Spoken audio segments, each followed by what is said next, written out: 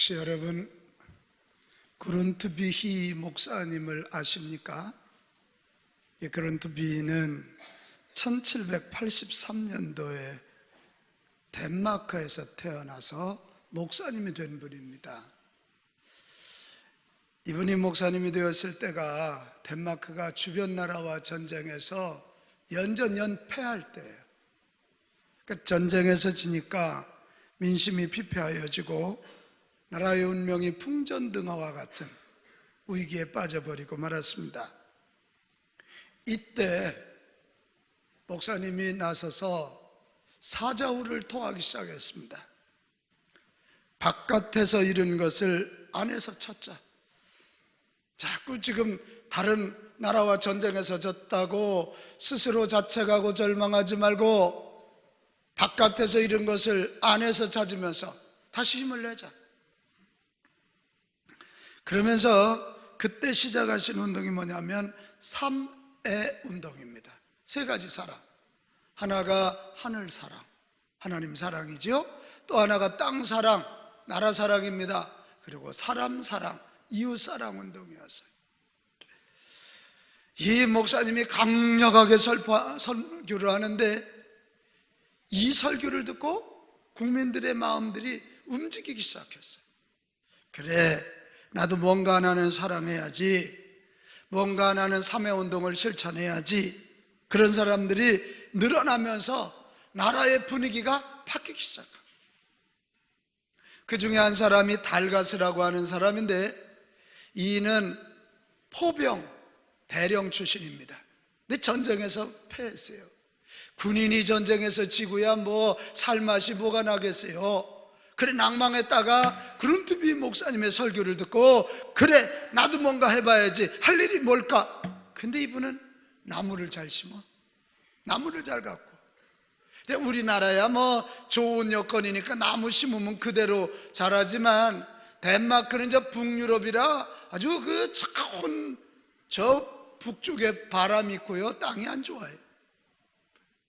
근데 내가 이 나라를 한번 녹화 사업을 하리라 이래가지고 달가스가 심어도 죽고 심어도 죽는 이거요, 노력해서 결국 그럼 조금 반응이 좀 있어야 돼. 설교는 너가 나를 그렇게 멍하니 쳐다보면 안 돼요. 좀 놀랄 준비 좀 해봐요. 이 한 사람이 노력을 해서요, 덴마크 지역에 270만 평, 얼마나 넓은데요. 270만 평의 숲을 우거지게 만드는, 예를 들어서 이런 일들이 일어나면서 지금 덴마크가 얼마나 잘 사는 나라가 됐습니까? 저는 그룬트비 목사님 이야기를 읽으면서 저절로 기도가 나왔어요. 하나님, 우리나라 이 시대에 그룬트비 같은 어른을 주시옵소서. 그리고 제가 이 시대의 어른 되고 우리 상계교회 어른 되게 해 주옵소서. 여러분, 어느 공동체이고 어른이 있으면 질서가 생기고 안정감이 살아나고 생산적인 일이 일어나요. 근데 어른이 없고 그냥 다 고만고만하면 사회가 혼란스러워요. 경망스러워요. 한 대학교에도요, 교수들이 고만고만하면요 맨날 싸워요. 근데 교수 중에 어른이 있으면 그 학교 학풍이 생기는 거예요. 교회에도 어른이 있으면 그 교회 전통이 생기는 거예요. 할렐루야. 어느 공동체이고 그 공동체에 어른 노릇하는 사람 수준이 그 수준이야. 어느 선배 목사님 옛날에 그랬어요. 교회는 담임 목사 스케일이 그 교회 스케일이고 장로들 수준이 그 교회 수준이래요. 임부선 장로님. 그렇다는 거예요. 나라도 한번 접목해 볼까요? 나라의 스케일은 대통령 스케일이 그 스케일이고 국회의원들 수준이 그 나라 수준 아니까? 맨날 싸우니까 우리 맨날 싸워. 이게 주여, 이 나라에 우리 교회 공동체, 우리 가정 공동체에 어른을 주옵소서. 또 우리가 어른 되게 해 주옵소서. 그거예요. 그러면 누구를 어른이라고 말하는 거예요? 국어사전에 보면 어른에 대한 정의가 이렇게 되어 있어요. 다 자라서 자기 일에 책임을 질 수 있는 사람. 다 자라서. 근데 난 이렇게, 이거 100점짜리 정의는 아닌 것 같아요. 다 자랐다, 생물학적으로 나이를 먹었다, 자기 책임을 다할 수 있는 책임까지 다하면 지도자예요. 근데 어른이란 지도자를 넘어서서, 책임을 넘어서서 덕을 끼쳐야 되고 영향력을 끼치는 데까지 가야 됩니다. 자, 오늘 우리가 출애굽기 18장을 읽었거든. 이 출애굽기 18장이 뭐냐면, 지금 모세가 애굽에서 나와서 홍해를 거치고 신광야, 르비딘 광야를 정말 기적적으로 왔잖아요. 그리고 시내산에 가기 직전에 진을 딱 치고 있는데 한 귀한 손님이 찾아왔어요. 그분이 누구냐면 모세의 장인 이드로였습니다. 이 이드로는 이스라엘의 제사장이 아니에요. 이스라엘의 목사님이 아니라 미디안 족속의 목사님이었다고. 그러니까 이게 족속이 다르잖아요. 이방이잖아요. 그런데 이드로가 누구냐? 모세가 애굽에서 쫓겨났을 때 그 미디안 광야에 가서 거기서 양치다가 이 미디안 장인 집에 갔고 그 딸 시포라라고 하는 딸과 결혼했어요. 그게 장인이에요, 장인. 이 장인 이드로가 모세가 출애굽하는 그 위험기간 동안에는 자기 딸 시포라와 그 외손주 게르솜과 엘리에셀을 데리고 있다가 이제는 시내산에 못 미쳤을 때 그 자기 딸과 외손주를 데리고 지금 모세를 찾아왔어요. 그 이제 찾아오니까 오늘 1절에서 11절에 보면, 와, 모세가 얼마나 반가웠겠어요.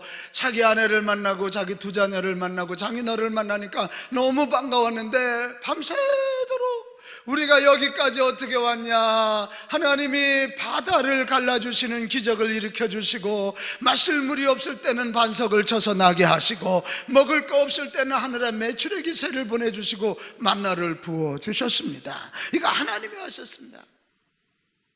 이 얘기를 듣더니 이방인 제사장이지만 이드로가 하나님을 찬양합니다. 자, 9절 10절로 가보겠어요.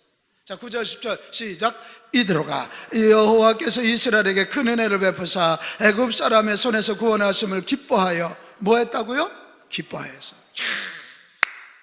그렇다, 잘됐다. 그리고 10절에 뭐라고 되어 있어요? 이드로가 이르되 여호와를 찬송하리로다. 너희를 애굽 사람의 손에서와 바로의 손에서 건져내시고 백성을 애굽 사람의 손 아래서 건지셨도다. 그리고는 12절에 가면 하나님 앞에서 이스라엘의 지도자들과 이드로가 같이 식사를 합니다. 여러분, 이 식사한다는 건 하나님 앞에 식사는 계약 체결을 의미합니다. 너희와 우리가 한 형제다, 이 계약 체결. 저는 이 대목에서 이드로가 어른의 모습을 하나 보여줬다고 생각해요. 어른은 뭐냐? 지지하는 자예요. 한 공동체를 지지해주는 기둥이 어른이에요. 같이 합시다. 어른은 한 공동체를 지지해주는 기둥. 이런 일을 어른이라 그래요. 모세 잘했다, 너희 하나님이 진짜 하나님이다, 막 지지해줘요. 여러분, 이런 어른 이드로가 있었기 때문에 모세의 가정은 질서가 생기고 안정감이 있는 거 아닙니까? 모세가 큰 일을 할 때 모세의 아내와 두 아들을 이 장인어른이 붙잡아주고 있는 거예요. 그리고 때가 되니까 데리고 오는 거예요. 그리고 와서는 모세가를 통해서 하나님이 하신 일을 보면서 박수를 보내고 지지하여 주고 기뻐해 주고 기둥 역할을 해주는 거예요. 여러분, 이런 분들이 어른입니다. 이런 어른이 있을 때 모세는 얼마나 자신감 있게 출애굽을 추진할 수 있었겠어요. 자, 그 다음에 또 하나 오늘 여러 목사님 읽어주신 13절에서 27절 보면 그렇게 하룻밤을 보내고 그 이튿날 이드로가 일어나 보니까 모세가 벌써 나가서 일을 하는데 뭐 하고 있냐면 모세가 재판을 하고 있는 거예요. 이런 우리 한 2,000명 모이는 교회도 찌그럭거리고 뭐 이런저런 소리가 들리는데 200만 명이 있는데 장정만 60만 200만 명의 사람들이 있는데 얼마나 나름대로 부딪히는 게 많았겠어요. 그러니까 모세가 앉아서 아침부터요 재판하는 거예요. 근데 재판이 쉬워요? 양일모 집사님과 이일모 집사님이 만나 똑같은 일모인데도요 싸우면 끝도 없어요. 그러니까 모세는 하루 종일 기진맥진하고 백성들은 그 뜨거운 지역에서 하루 종일 기다리니까 기진맥진하는 거예요.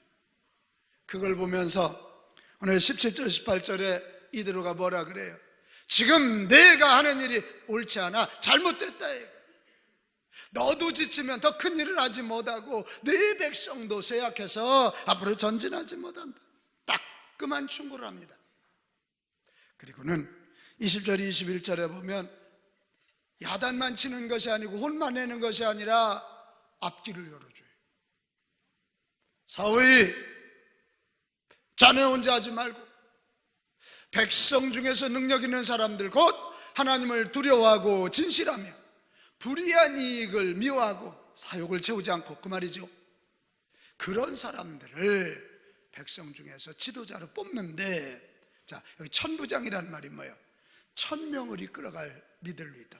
100부장은 100명을 이끌어가고 50부장은 50명을 이끌어가고 10부장은 10명을 이끌어가는 지도자들을 세워서 작은 것들은 그들로 하여금 재판하게 하고 너는 전체를 바라보고 이끌어가는 리더가 되거라. 이런 얘기를 지금 해주고 있다. 모세가 들으니까 이게 얼마나 맞는 얘기예요. 그래서 그대로 해보니까 모세도 너무 평안하고 백성들도 안 기다리니까 좋고. 근데 더 큰 축복은 자 이거 봐봐요. 200만 명을 모세 한 사람이 이끌으면 무리예요. 근데 그 중에 1000명을 이끌어가는 지도자, 100명, 50명, 10명을 이끌어가는 지도자들이 생기니까 소위 조직이 만들어지는 거예요. 시스템이 만들어지는 거예요. 그러니까 출애굽을 한 무리가 아니라 이제는 출애굽의 공동체가 되고 이스라엘 나라가 되기 시작한. 할렐루야. 이게 굉장한 지혜란 말이에요. 원래 하나님의 뜻은 출애굽기 12장 41절에 보면 애굽에서 나올 때 그들을 여호와의 군대라고 칭했어요. 근데 무슨 군대요? 군대는 웬만하면 불평하고 웬만하면 원망했잖아요. 그런데 이렇게 1000부장, 100부장, 50부장, 10부장을 세우니까 그들로 인하여 조직이 만들어서 진짜 군대 조직 체계가 만들어요. 군사령관이 만들어지고 군단장이 만들어지고 사단장이 만들어지고 연대장이 만들어지고 대대장이 만들어지고 중대장이 만들어지고 10부장이면 소대장이요. 이렇게 만들어지니까 군대가 되는 거예요. 저는 이런 이드로의 모습을 보면서 또 한 가지 어른에 대한 정의를 내릴 수 있어요. 어른이란 길잡이입니다. 같이 합시다. 어른은 길잡이. 그러면 잘못된 거 지적해주고 그냥 지적으로 끝나는 것이 아니라 방향까지 제시해서 거기까지 가도록 하는 이게 어른의 모습입니다.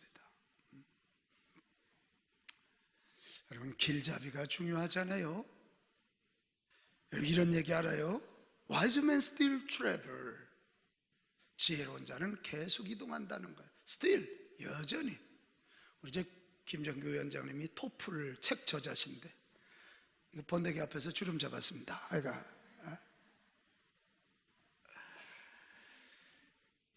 이게 뭔 얘기예요? 익숙한 것을 떠나 새로운 것에 뛰어들어야 새 역사가 시작이 돼요. 근데 대부분의 사람들은 안전지대를 잘 벗어나려고 하지 않아요. 바로 이때 어른이 나타나서 익숙한 곳을 떠나게 하고 새로운 것을 향해 도전하도록 방향도 제시해주고 용기도 줘야 돼요. 그래야 익숙한 것을 떠나 새로운 것을 맛보는 리더가 된다, 그것입니다. 예수님이 하신 일 중에 조금 의아한 장면이 몇 개가 있어요. 그 중에 하나가, 여러분 마가복음 8장 23절 우리 한번 봅시다. 자, 예수님이 누구의 손을 붙잡으셨어요? 맹인이면 보는 사람이요, 못 보는 사람이요? 이것도 몰라서 대답을 안 해요? 못 보는 사람. 그런데 자, 맹인의 손을 붙잡으시고 어디로 나가신다고요? 이해가 돼요? 생각 안 하고 이런 성경을 읽죠. 아니, 안 보이는 사람을 왜 마을 바깥으로 데리고 나가요? 그냥 그 자리에서 고쳐주시지. 그리고 데리고 나가셔서 눈에 침을 뱉으시며 그에게 안수하시고 뭐가 보이냐? 이렇게 물으시고 그 눈을 고쳐주셔요. 그럼 야박하지 않아요? 그냥 그 자리에서 고쳐주시지.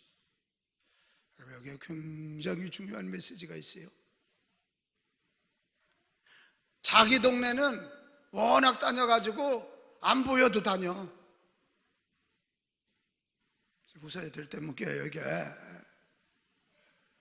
그러니까 거기에 익숙한 곳에 빠져 있으면 생각이 바뀌질 않아요. 근데 마을 바깥에는 이 맹인에게 익숙하지 않아요. 시각장애자. 거기에 데리고 나가서 그의 생각을 바꿔주고 새로운 생각을 하게 하고 새로운 믿음을 갖게 하시려고 마을 밖으로 데리고 나가서 거기서 고쳐주시고 새 세계를 보여주시려고 하는 주님의 사랑이다, 이것입니다.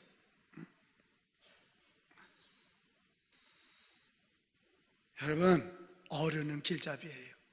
나는 우리 교회도 말이요, 그냥 좋은 교회로 끝나지 않기를 바랍니다. 우리 교회가 새로운 도전을 하고 한국 사회를 향해서 새로운 시각을 열어주는 어른 교회 돼야 될 줄로 믿어요. 그러기 위해서는 우리가 새로운 도전을 해야지. 나는 이 소리를 최고 싫어해요.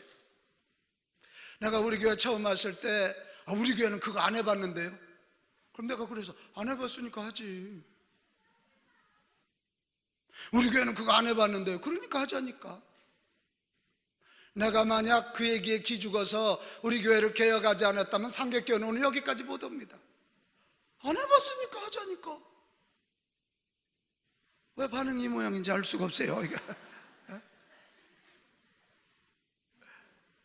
우리 교회가 우리 교회 하나도 유지하지 못해서 싸웠던 교회 아닙니까? 근데 지금은 한국의 미자리 교회를 섬기고 한국의 다음 세대, 한국의 미래 100년을 준비하는 교회가 된 거, 새로운 것을 향해 떠나는 새 노력이 있었기 때문인 줄 믿어요.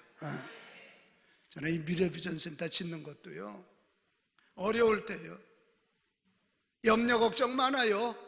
맹인이 마을 밖에 걸어나가는 것과 똑같은 가시밭길 가는 길이지만 가만히 생각해봐요.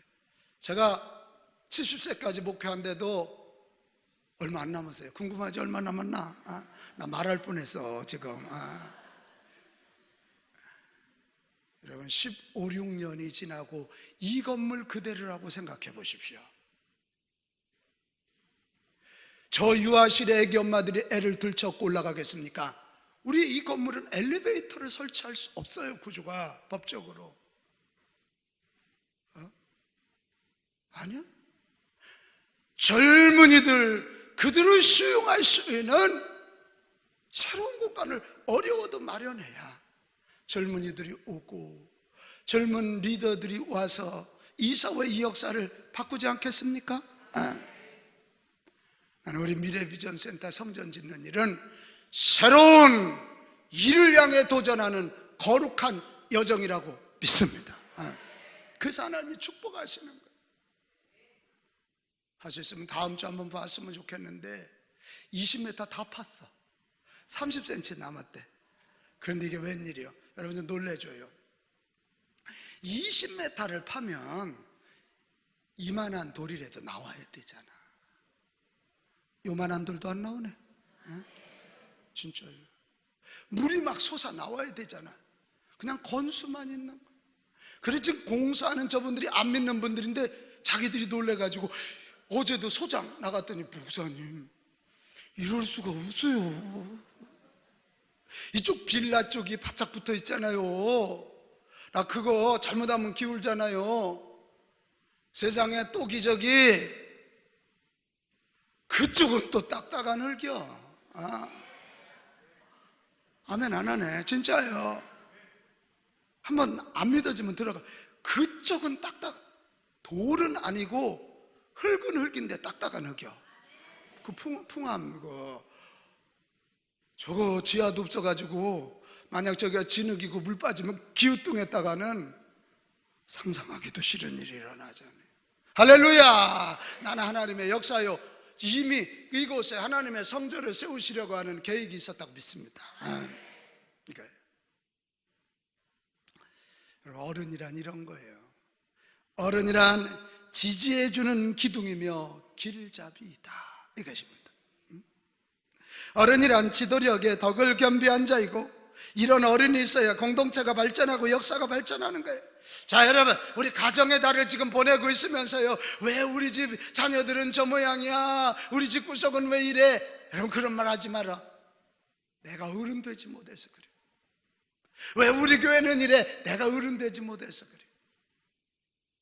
주여, 내가 우리 가정에 어른 지지해주는 기둥이며 길잡이 되게 하셔서 우리 가정 일어나게 하여 주시옵소서. 우리 교회 일어나게 하여 주시옵소서. 이 민족이 그렇게 일어나게 하여 주시옵소서. 새 대통령이 뽑혔어요. 내가 표를 찍었냐 안 찍었느냐, 이제 민주주의는 그거 상관없어. 찍었으면 끝이야.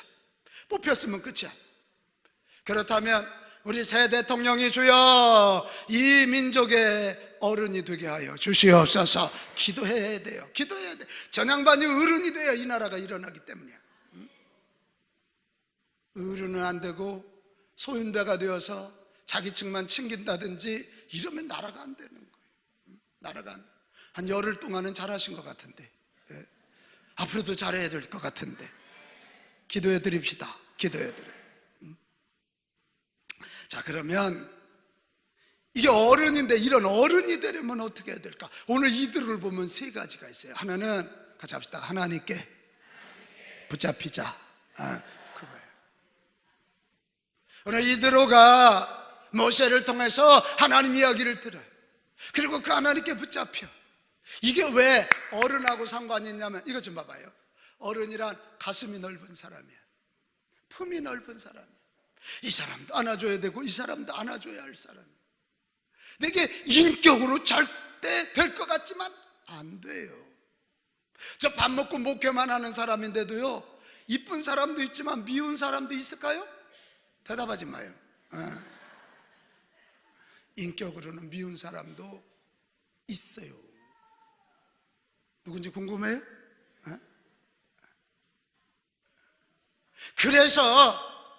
그래서 내 인격을 넘어서기 위하여 하나님께 붙잡혀 하나님과 교제하며 하나님의 마음, 하나님의 품을 가져야만 남을 품고 역사를 품고 공동체를 품고 시대를 품을 수 있는 것입니다. 오늘 우리 감리교회를 시작한 존 웨슬리 목사님 회심주일이라 그랬잖아요. 웨슬리 목사님이 1703년도에 태어난 분이에요. 아버지가 성공의 목사님이에요. 19명의 자녀를 낳았는데 그 중에 15번째예요. 안 놀래? 15번째. 어려서부터 공부를 잘했습니다. 옥스퍼드 대학을 나오고 옥스퍼드 대학 교수가 됐습니다. 그리고 1725년에는 이제 목회자가 됐습니다. 그러다 아버지 목회를 보조하다가 1729년 옥스퍼드 대학으로 들어와서 교수를 하면서 홀리클럽이라고 하는 이 신성불학부를 만들어서 이들이 어떻게 하면 경건하게 살까, 어떻게 하면 많은 사람을 도울까, 이런 걸 굉장히 고민합니다. 그래서 얼마나 철저하게 살았는지 그들의 별명이 메소디스트. 오늘 영어 선생님이 오니까 영어 많이 나오네. 이 메소드 하면 방법이잖아요. 거기다 IST 하면 규칙을 지키는 자들, 방법론자. 그냥 8시 55분은 기도 시간, 12시에는 교도소 가서 의문 시간, 이게 맞아 쫙. 그래 규칙주의자들이 일주일에 며칠은 금식하고 얼마나 거룩하게 경건하게 살았겠어요. 그리고 나서 그 당시 미국은 영국의 식민지였잖아요. 내가 선교사를 가리라. 그리고 간 데가 어디냐면 지금의 조지아주, 우리나라 기아 자동차가 들어가는 아틀란타, 거기 선교사로 갔습니다. 대학 교수였지요. 경건생활 잘했죠. 성경 박사지요.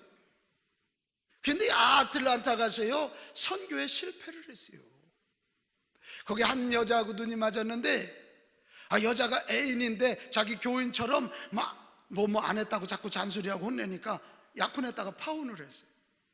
그랬다고 그 여자 친정아버지한테 맞아 죽을, 진짜로 몽둥이 들고 막 쫓아오니까 도망 왔습니다.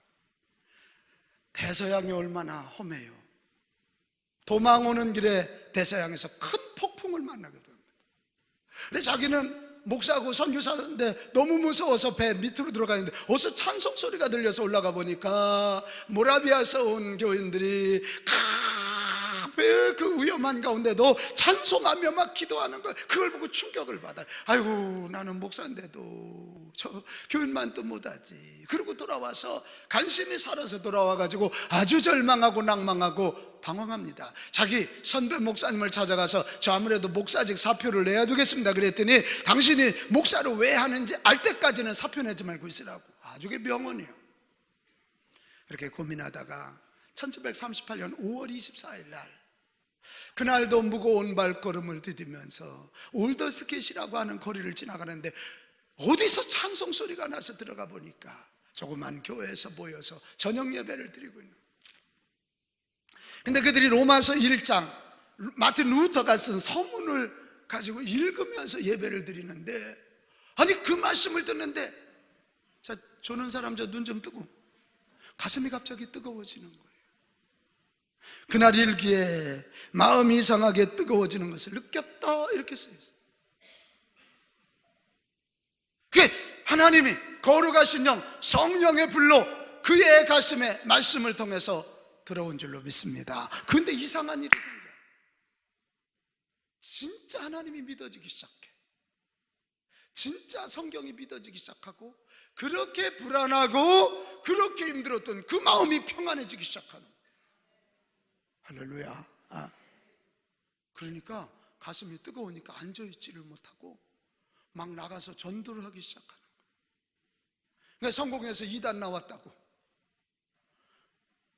웨슬리 목사님이요, 걸어가기만 해도 입신이 들어가고, 손 얹으면 병자가 벌떡벌떡 일어나고, 귀신이 소리 지르며 나가니까 이단 나왔다. 그리고 결국 성공해서 쫓겨나요. 그래도 포기하지 않고 길거리에서 말 타고 다니면서 예수 믿어야 된다고, 예수 믿고 그 복음을 전해가지고요, 세상에 건물은 없는데 시장에서만 수천 수만 명이 모이기 시작. 그래서 그때 목장이 만들어지고 속회가 만들어져요. 여러분 어떻게 된 줄 압니까? 이걸 우리는 감리교 운동이라고 그러거든요. 그 당시가 영국의 산업혁명 말기 현상, 부익부 빈익비 현상이 나타나서, 그러면 꼭 혁명이 일어나거든. 가난한 자들이 뛰었고. 피해 혁명을 일으켜야 할 때 웨슬리 목사님을 통해서 100만 명 이상이 구원을 받고, 그러니까 노예제도 문제를 건드렸고 감옥 문제를 건드리면서 이 소위 술 먹고 더 죄지는 사람들이 없어지기 시작하면서 소위 영국의 무혈혁명이 일어나죠. 그래서 영국 역사에서 영국 사람이 가장 사랑하는 사람이라고 웨슬리를 칭하고, 영국에서 제일 사랑받는 사람? 그럼 웨슬리예요. 저는 오늘 웨슬리 얘기를 여러분에게 장황하게 했습니다. 웨슬리가 그렇게 지성을 가지고 그렇게 목사의 아들로 자기가 목사가 돼서 신앙의 전통을 가졌지만 그때까지는 아니야. 그러나 하나님이 불같은 성령으로 그에게 임해서 그를 붙잡고 사로잡고 통치하기 시작할 때 비로소 가난한 자가 눈에 들어오기 시작하고, 아멘이에요. 죄인들이 눈에 들어오기 시작하고, 시대가 눈에 들어오기 시작하고, 민족이 눈에 들어오기 시작하였더라. 그래서 어른으로 살게 됐다. 나는 오늘 여러분, 이 중에 나는 흙수저 어쩌고 이런 소리 하고 싶은 사람 많이 있을걸? 기죽지 마요. 가방끈이 짧다고 너무 기죽지 마요. 오늘 이드로에게 임하셨던 하나님, 베드로에게 임하셨고 웨슬리에게 성령으로 임하셨던 그 하나님의 기름 부음을 오늘 받는다면 우리는 어떤 모습으로든지 어른이 되어서 내가 속해 있는 공동체, 이 역사, 이 민족에 거룩한 영향력을 끼치는 사람이 될 줄로 믿습니다. 그래서 우리가요 죽을 만큼 예배 드려야 되고 죽도록 기도해야 돼. 성령의 기름 부음이 하나님께 사로잡혀서 하나님이 내 인생의 경영자요, 하나님이 내 인생의 주어가 돼야 되는 거예요. 그럴 때만 넓은 가슴, 그럴 때만 하늘의 신령한 능력을 가지고 어른으로 살게 되는 것입니다. 또 하나, 어른이 되기 위해서는요 전체를 보는 시각이 필요해요.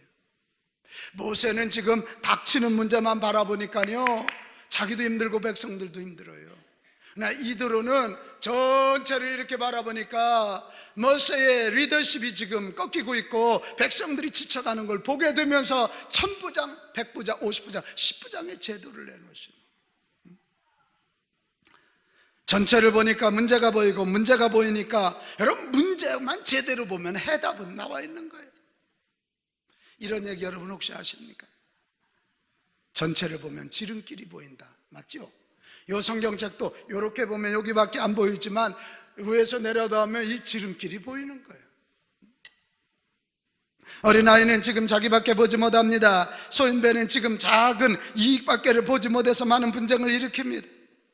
여러분, 어른으로 살기 원하면 하나님을 모시고 하나님의 시각으로 인류를 바라보고 시대를 바라보고 민족을 바라보고 공동체를 바라보는 전체적인 시각을 갖기 위하여 노력하고 힘쓰는 자들 되기 바랍니다.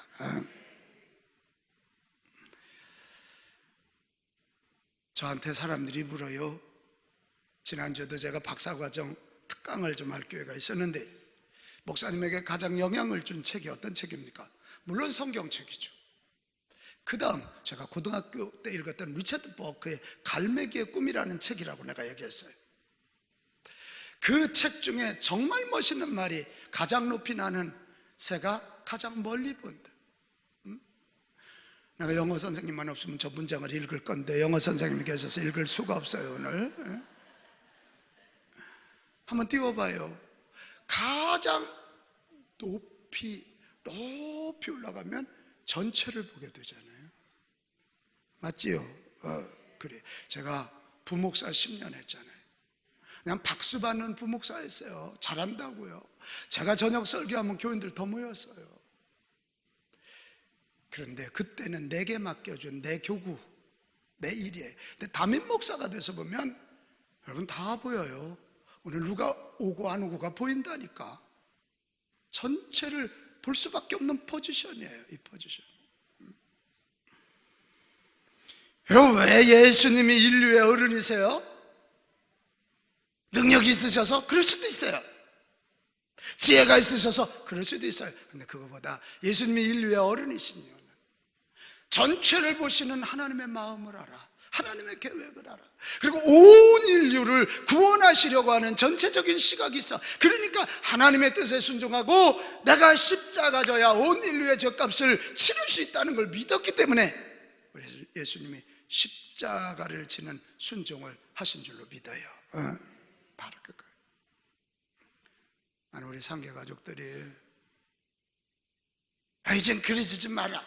직장 가서도 막 요만한 거 가지고 뭐 자꾸 직장에서도 전체를 보는 눈, 그 사람이 그 직장을 바꿀 수 있고 사랑받고 존경받게 될 것입니다. 가정에서도 그렇고 교회에서도 여러분 어디 있든지 우리 학생들도 학교에 가서 전체를 보는 시각을 가져야 똑같은 학생들이지만 그 학생 중에 어른 노릇하는 리더 역할하는 자들이 될 것입니다. 마지막 하나 더 있습니다. 어른이 되기 원하면 사랑을 인생의 결론으로 삼을 수 있어야 됩니다. 이드로는 참사랑이 뭔지 아는 사람이야. 사실 지금 모세가 아직도 출애굽의 여정을 겪고 있는데 얼마나 힘들어요. 자기 딸과 손주들 데리고 있으면 더 편할 수 있지만 보낼 때 보낼 줄 아는 거, 이게 사랑이에요. 불쌍히 여기는 마음, 연민도 좋지만 아내를 남편에게 보내야 되고 애들을 애비에게 보내는 게 이게 사랑이야. 오늘 본문 중에도 굉장히 감동적인 구절이 저는 27절입니다. 모세가 그의 장인을 보내니 그가 자기 땅으로가 아니라, 지금 와보니까 모세가 200만을 이끄는 위대한 사람이 돼 있잖아요. 그러면 그 장인이 모세 뒤에 서서 상황 노릇 할 수 있잖아요. 근데 모세가 장인 영감님 돌아가세요 그랬더니 두말하지 않고 자기 땅으로 떠나갔다는 거예요. 이게 사랑입니다. 이게 사랑이에요. 어른이 된다는 것은 참사랑을 할 줄 안다는 거예요. 참사랑은 긍휼히 여기는 것을 넘어 또 다른 어른이 되도록 보내줄 줄 아는 사랑이에요. 이를 위해서 회초리가 필요해요. 징계가 필요하다고. 절대로 그냥 나오지 않아요. 진정한 사랑은 회초리가 필요하고 징계가 필요하다.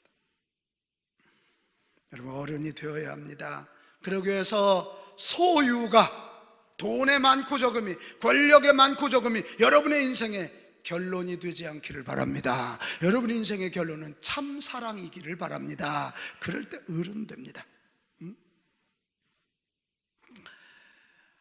저는 지난 목요일 날 참 기뻤습니다. 우리가 금년에 미자리교회 50교회를 뽑아서 자립운동하는데 지난 목요일 날 목회 코칭 세미나가 있었잖아요. 와서 이렇게 나누는데 한 목사님이 저한테 질문하기를, 목사님, 성령의 기름이 내 심령에서 마른다 느낄 때 어떻게 하십니까? 은혜가 떨어질 때 어떻게 설교하십니까? 그 질문 하는데 너무 짠한 거예요. 그래 내가, 목사님 너무 힘드시구나, 이 한마디를 했더니 울어. 너무 힘드시구나, 너무 지쳐 있으시구나 그랬더니 울어요. 그래서 제가 세미나를 2시간 끝나고 난 다음에 그 목사님 생각하면서, 여러분 많이 지치신 분들 앞으로 나오시라고 내가 특별히 기도해 드리겠다. 근데 너무 이게 애비의 마음이 생기니까요, 저도 붙잡고 울고 그들도 울고. 그래서 지난 목요일 날 통곡이 일어났어요. 그런데 그 기도를 받고 나중에 우리가 5시 한 반 정도 끝났는데, 그 나갈 때 그 목사님이 나한테 90도로 인사하는데, 아까 힘들 때 어떻게 하십니까가 아니라 막 나처럼 얼굴이 빛나더라고. 저는 알았습니다. 잘하라고 소리 지르는 것도 어른일 수 있지만 참사랑으로 품어주고 참사랑으로 안아줄 때 그리 더 힘과 용기를 얻는 것을 보았습니다. 사랑하는 여러분, 가정의 달을 보내면서 우리 물어봅시다. 나는 어른인가? 아니면 나이만 어른이지 속은 아이인가?